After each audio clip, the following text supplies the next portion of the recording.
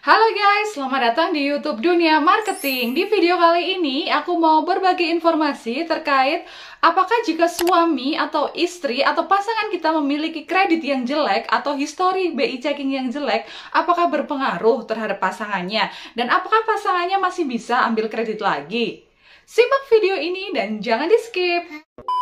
Nah, masih banyak banget nih yang bertanya di sekitar aku, baik di kolom komentar ataupun nasabah-nasabah aku secara langsung bertanya, apakah ketika pasangan kita memiliki kredit yang jelek atau histori BI checking yang jelek, apakah bisa pengajuan lagi? Misalkan berbeda bank ya.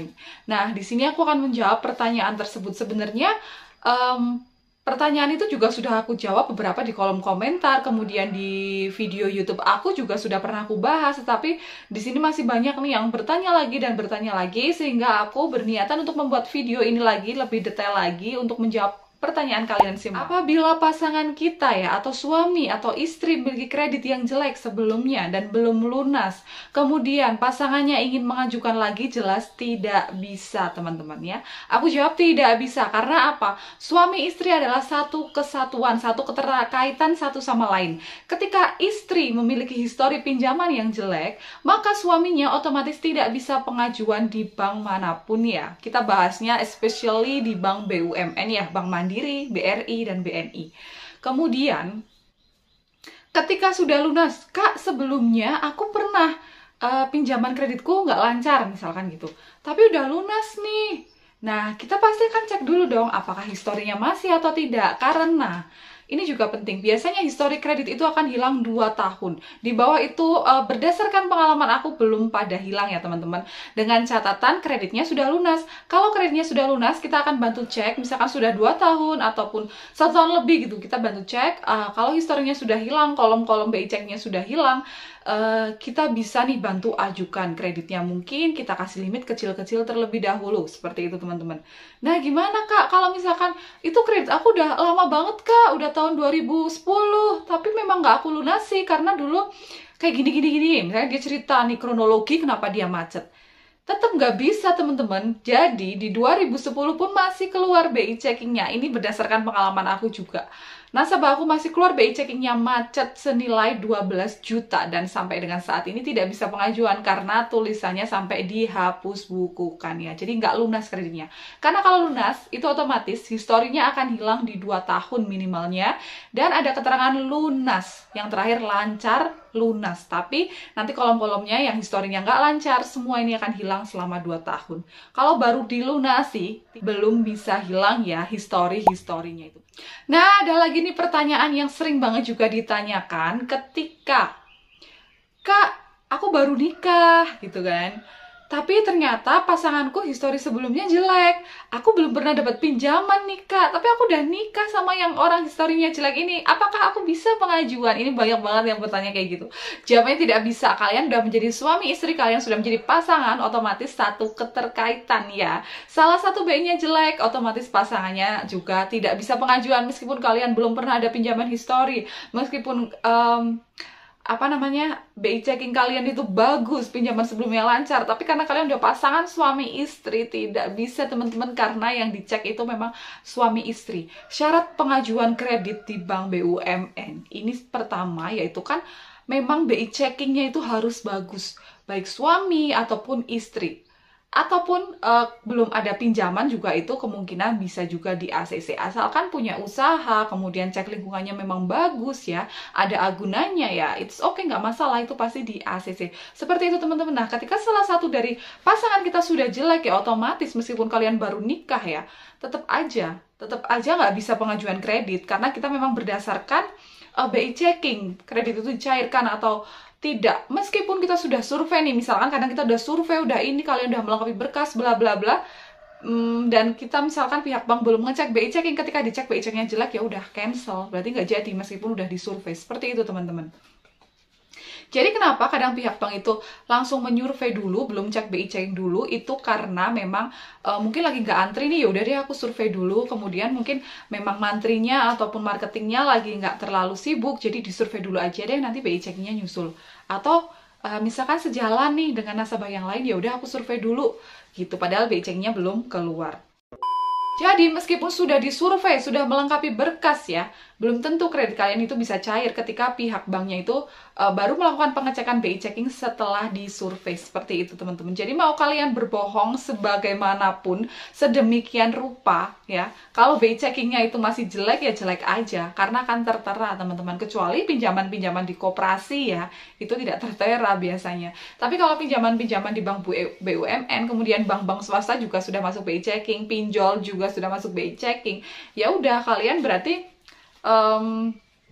tinggal nunggu nih ACC atau tidaknya. Misalkan BI checkingnya kalian terlalu parah, jelek, otomatis kalian tidak bisa pengajuan di bank BUMN.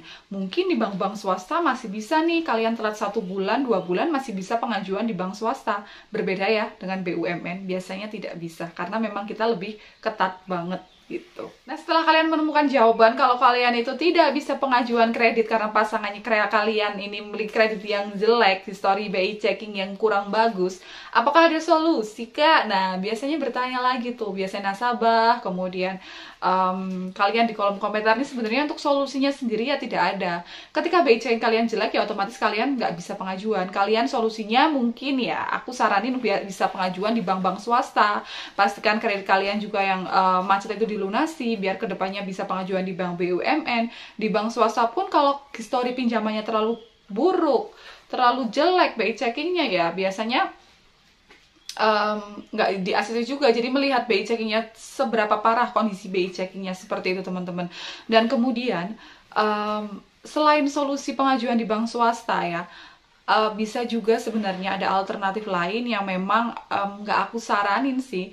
Aku menyarankan kalau kalian memiliki itikat baik dan kalian tidak mengulangi hal yang sama.